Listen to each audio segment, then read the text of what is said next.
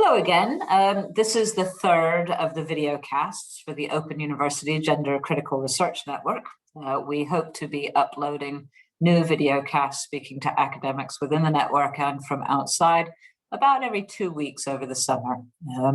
I have the great pleasure of being joined today by Professor Alice Sullivan, who is a Professor of Sociology at the Social Research Institute at UCL. Alice, welcome. Hi. We're going to sit pretty much in the same sort of format that we did with Laura McGrath.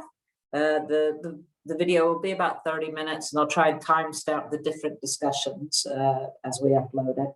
So the first thing I'd like to ask, Alice, you're a sociologist, how do you define gender critical? It's a really interesting question, and I have to admit I'm somewhat ambivalent about the term, because I believe that sex is real and that it's socially salient. So sex exists and it matters. And I've always believed these things, and until very recently, nobody thought that people who believed these things had this special word, gender critical, to apply to them. I think the vast majority of people are gender critical without probably ever having heard the term gender critical. So I worry slightly that by giving a slightly grand name to beliefs which are simply true, I mean, there is no question that sex is real, that humans are mammals, and like all the other mammals, we reproduce sexually, and we have 2 sex classes which are necessary to human reproduction. And it's also not arguable that there is no social significance to that fact. And you could be anything from a feminist to actually very traditional and still believe those things. So I guess the critical comes in with being critical of gender, but actually what we're being hounded for is not so much being critical of gender, but actually simply being materialists about sex. And just for people, because the people, as I understand, the people who are watching these video casts may be, kind of jobbing academics, but there are quite a few who aren't jobbing academics. So when you, as a sociologist, when you say material, what do you mean, please? I mean materialist meaning just sex is out there in the real world. It's not just a feeling. It's not just a social construction. Gender is a social construction based on sex. So gender is a set of norms and expectations that are imposed on people, not by choice, but according to their sex. And and gender identity, of course, is a third thing, which is about people's internal sense of self.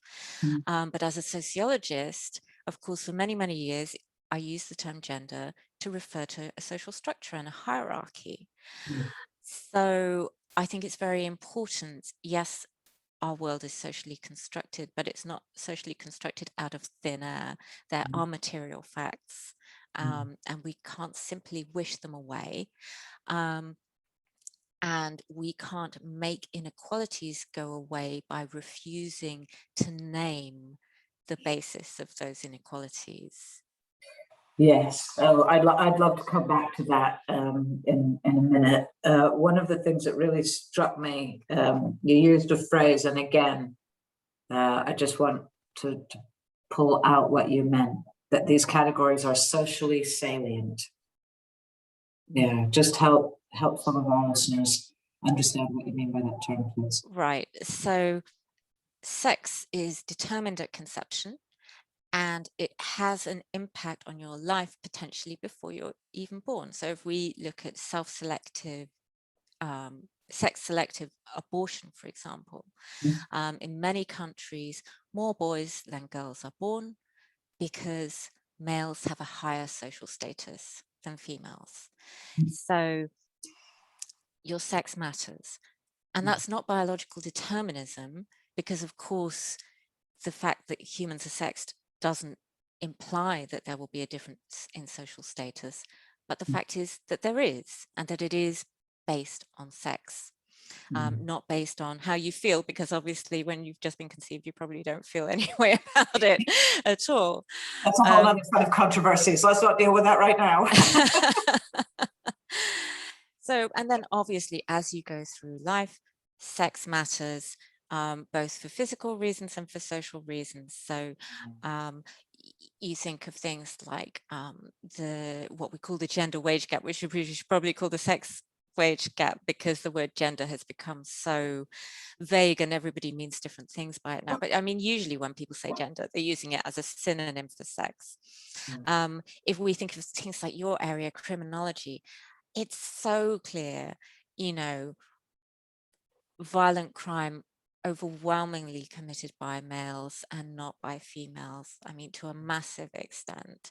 But it's true of almost any area of life that you think of. So what subjects people study in their education, what occupations they go into, even things like whether you believe in God or not, are hugely predicted by whether you're male or female. So females are much more likely to be religious in our society, at least. Wow, You know, and social attitudes, voting patterns, everything. It's linked to everything. And so as a social scientist, I don't see myself as a specialist in sex or gender, but every empirical social scientist uses sex all the time in all their analyses, because to ignore it would be really odd. Yeah, well, it would be in my mind, it would be to ignore perhaps one of the most enduring, yeah, not endearing, enduring social stratifications that there is. Yeah, I mean, obviously it is females who bear children, and that has implications. And that doesn't mean to say that all of those implications somehow flow naturally from the fact that females are in that role, because obviously our society is changing, has changed, but you can't ignore that material reality. It doesn't make sense to pretend that that is not the case. That's really helpful. Thank you. I want to go off on one about you know, how concepts like gender roles have kind of been lost a little bit recently, but we're going to ignore that because I'm mindful of time, and I really want to ask you about your ONS work. So just take us through what you've done around the ONS, and yes. Right. So I became aware, no, I think this was in 2018 now, that ONS were planning guidance for the sex question, which would direct people to answer the sex question in terms of their gender identity rather than their sex. And this was particularly odd because at the same time, they were introducing a gender identity question. So that should have laid the foundation for them to say, okay, we've got sex, we've got gender identity, two distinct things. They're both potentially really important. You know, we can have an open mind on which is more important in different contexts. We're going to collect data on both of them. Everyone should be happy. Can I just interrupt for a second? I'm right, aren't I, in thinking you by trade are also a quantitative social scientist? Yeah. Yes, yeah, I'm a quantitative social scientist, and so for 10 years I led the 1970 British cohort study, and I, you know, have many years of experience in data collection and data analysis. So when I became aware of this, I thought, well, that's very surprising, and it seems like a mistake. And I sort of rallied the troops in terms of other quantitative social scientists to put in an objection to ONS to explain why we don't think this is a very good idea. And mindful that, you know, it's a sensitive issue, and people in many fields have been quite frightened to speak out about anything that sort of touches on the trans issue, although of course we didn't see it in terms of that so much as it's about sex. It's about collecting data on sex. But despite the fact that, you know, it's such a sensitive issue, I got 80 signatures, including some some of the most well-known names in quantitative social science and several fellows of the British Academy and so on and so forth. And I really thought at that point, oh, well, the Office for National Statistics will look at this and just, they'll listen to us. Of course they will, because we're the experts, aren't we? And anyway, it didn't quite pan out like that. As you know, they were quite resistant. And I went through a process of sort of trying to get them to listen to the mainstream opinion among data users, so people who use quantitative data sets.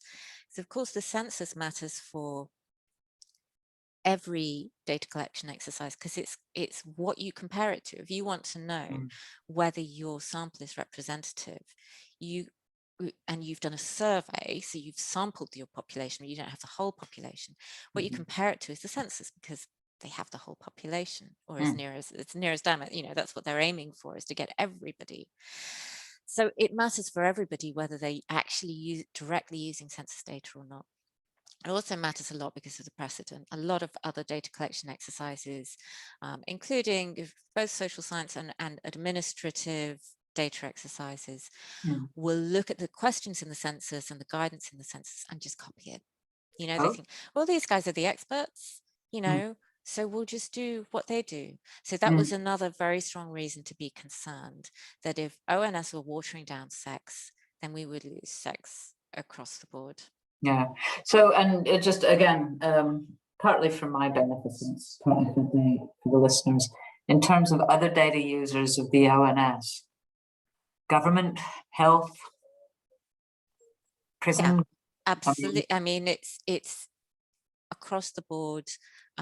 This is your baseline for everything. Okay.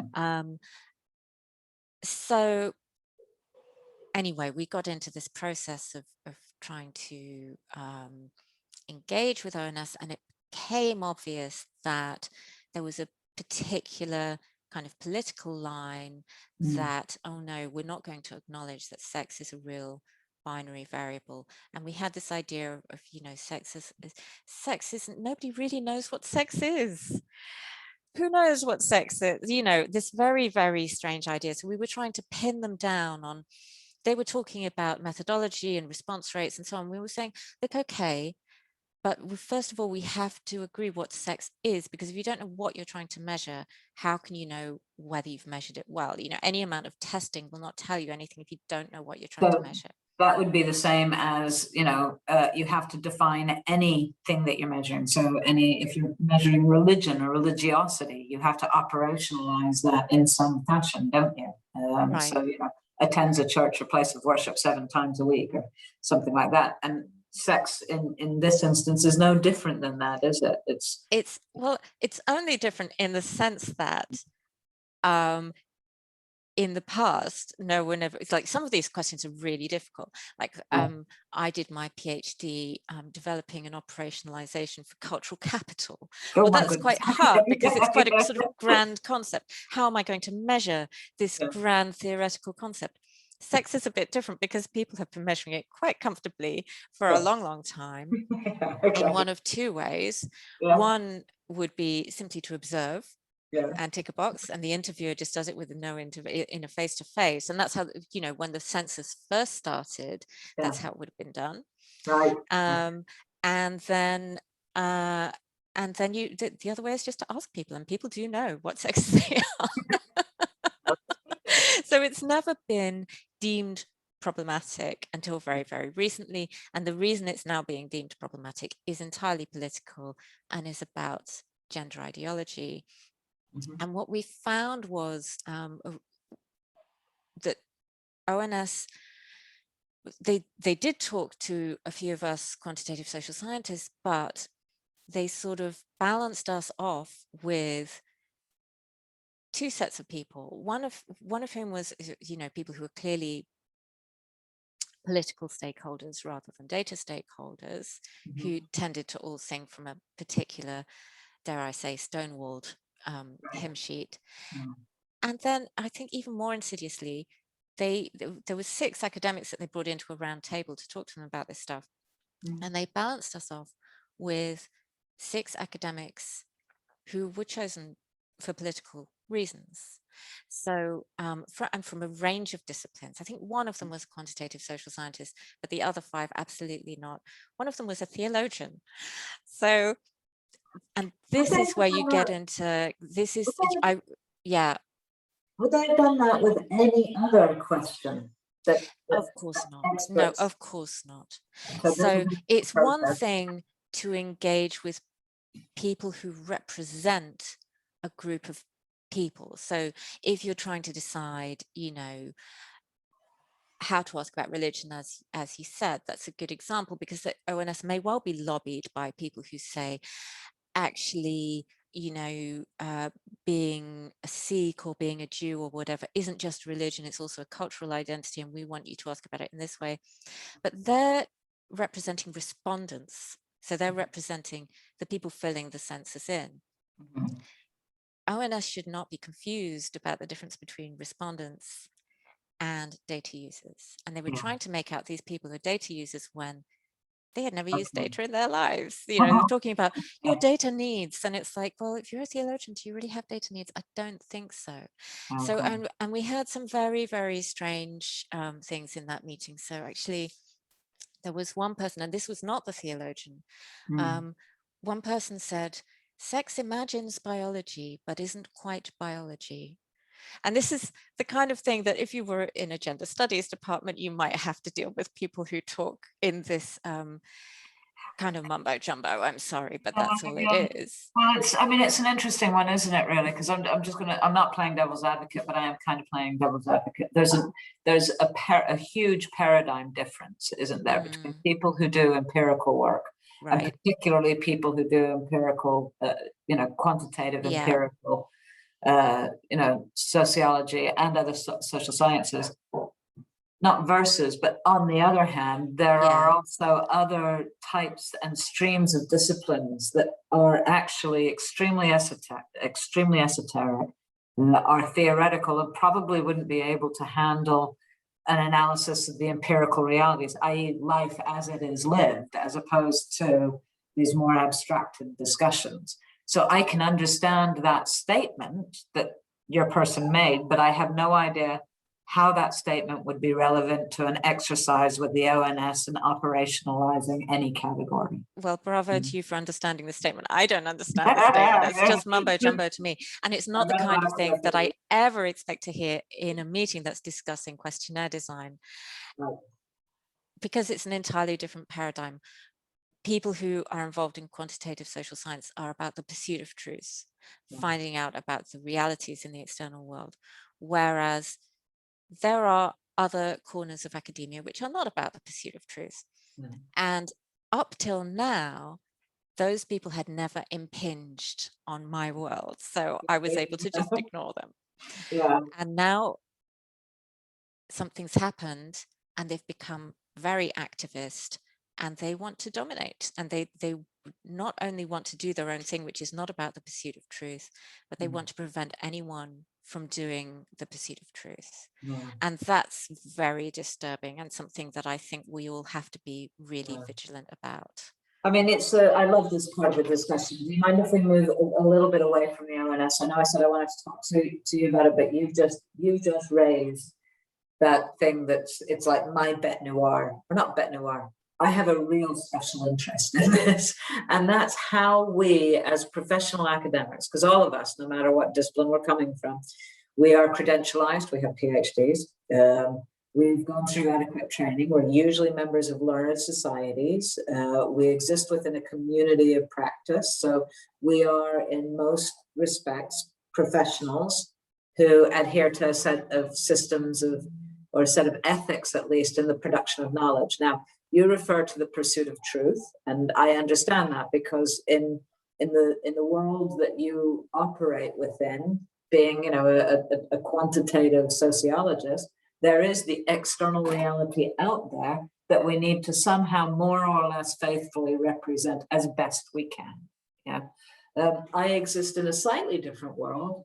I rely on people like you to do your work, because without your work, I can't make statements like, women are, women suffer all sorts of injustices. They do not have equal protection by the law, nor do they have equal access to the law, because we see all of X number of women being victimized with no recourse to criminal justice, or, the best one, in excess of 90% of women in, Britain's prison system have had some form of male violence in their history. So Yeah. I rely on stats, that representation rule.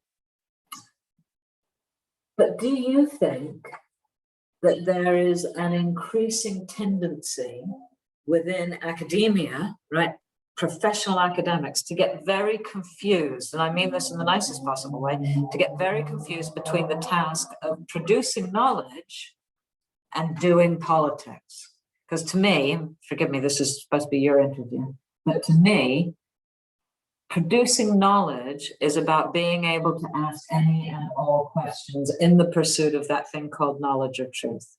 But politics requires that we shut the world down, essentialize it, say, this is the way it is, and this is what we need to do to solve that problem. Do you understand what I mean? Absolutely. And I think, the thing is that good politics is actually based on good evidence.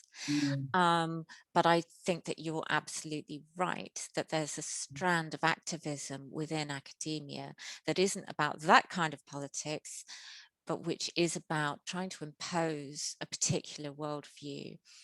One of the first things I read when I fell down this rabbit hole and was like trying to understand what the hell is going on is Alice Drager's book on Galileo's middle finger, which is all about that today.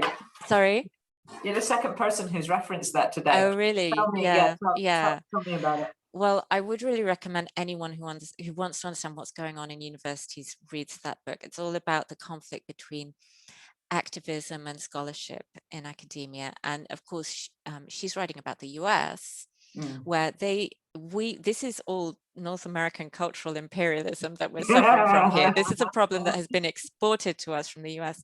So they have it worse than us, and they're further down the line. And if we want to understand what's happening and try and tackle it, we need to pay attention to what's going on over there. I think I see people all the time saying, oh, it's not so bad, we haven't had too many people being no platformed, etc., etc. And it feels a bit like people are putting their heads in the sand. Imagine remember back in the 1980s, we used to look at Americans and go, God, they're so fat. Isn't it awful how fat they are?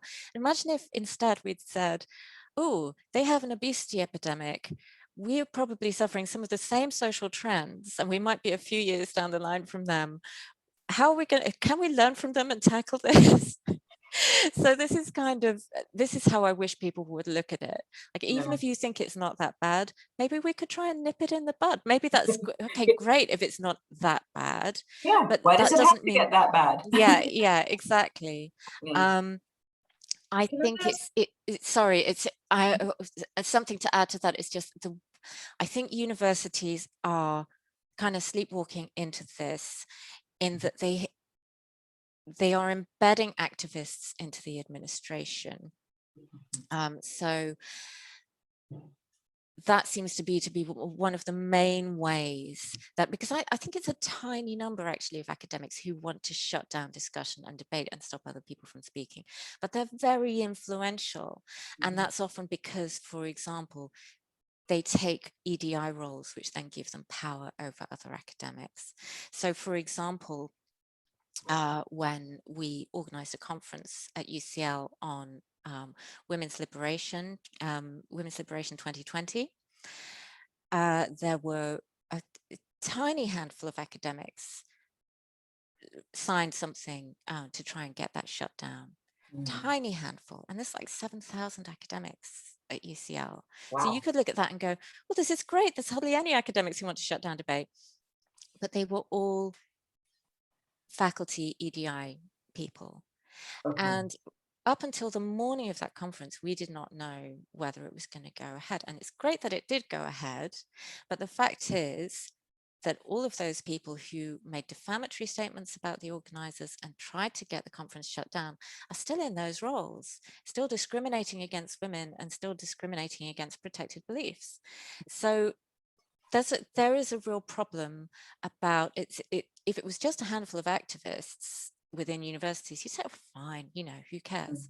But they're embedded in roles where they have power. And that, I think, is the belly of the beast and what needs to be tackled. So just talk to, because we've got maybe about 5 minutes left. In an earlier conversation, you and I were talking about ethics committees, and we were talking about how some of this censoring has, I'm just going to call it censoring, because to me it's a form of political censoring rather than academic criticism or critique or anything like that. So just in the routine everyday world of your experience, talk to me about some of those smaller acts that we need to actually be paying attention to, and the reason why. Yeah, so I think that when people talk about academic freedom, and particularly in the context of the current legislation that's going through, there's a big focus on no platforming. And I do think that no platforming is a symptom, but it is not the disease. So it's a very bad sign when people are being no platformed, but there are more serious things than that going on. So for example, when we hear about ethics committees turning people down to do research on trans issues, like research on detransitioners that was turned down by an ethics committee at Bath Spa, that's very disturbing. But I have also heard of ethics committees at more than one Russell Group university telling people they cannot collect data on sex and even data on race, I would add, which is like, it's incredibly shocking. So, and I mean, just talk us through the examples that you've had, and we'll stick to sex. So is this as just part of the descriptive statistics, or, you know, the descriptive part of data collection? Yeah, so, I don't know all the details because I wasn't sort of party to what happened, but I'm talking about literally just collecting from the individual that you're researching their sex, what their sex is. So that is, to me, even more serious than shutting down events. It's sorry about the dog bark. Never work with children in live animals.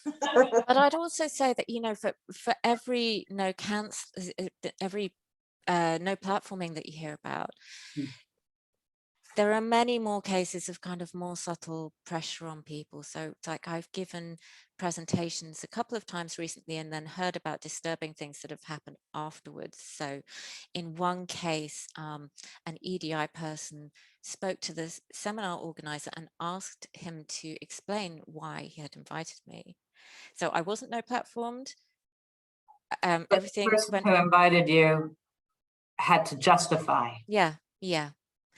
And in another case, someone was harassed simply for having attended a seminar that I gave. And this was someone who didn't even ask a question, was completely silent. So being mobbed essentially for listening to a point of view. And that seems, it's so profoundly anti-intellectual. And we need to do more than just not give way to no platforming. We need to be actively, I think, explaining to people what academic freedom is, why it matters. I think we need training, actually, both for students but also for staff. Well, I have to say, you know, we'll kind of draw an end around now. I have to say that my dog in this bone, if I have a dog in this bone, my dog in this fight, if I have a dog in this fight, has far more to do with academic freedom and professional ethics, because it strikes me that the first professional ethic that we have as academics is to the production of knowledge. Yeah. And that we can't do that unless we can use the concepts that work for us, develop those concepts, operationalize them, describe the world around us, ask questions, have discussions, you know, and just actually be involved in the business of exploring. ideas. I fully agree. It is antithetical both to learning and to producing knowledge as a public good for policymakers, for the population as a whole. If we cannot refer, for example, to known facts, whether in the classroom or within the context of research, how can you develop knowledge and learning if there are certain truths which are unspeakable? Yeah, I think that that's a perfect place to end. I want to thank you very much, but there's also another thank you that I want to extend to you. I haven't been able to publicly do it, so please take this as a public thank you. You have been one of the founding members of this research network. We have come in for an awful lot of fun, and I, as one of your colleagues, want to thank you for standing still and standing firm with us through the last month, because it's been quite a month. Thank you, Joe. And yeah, it's what you've been through is absurd. Yeah, and it should never happen in a university. But it's all in the name of making sure we live by the ethics that we espouse. So on that note, Alice, thank you. I'll stop the recording now.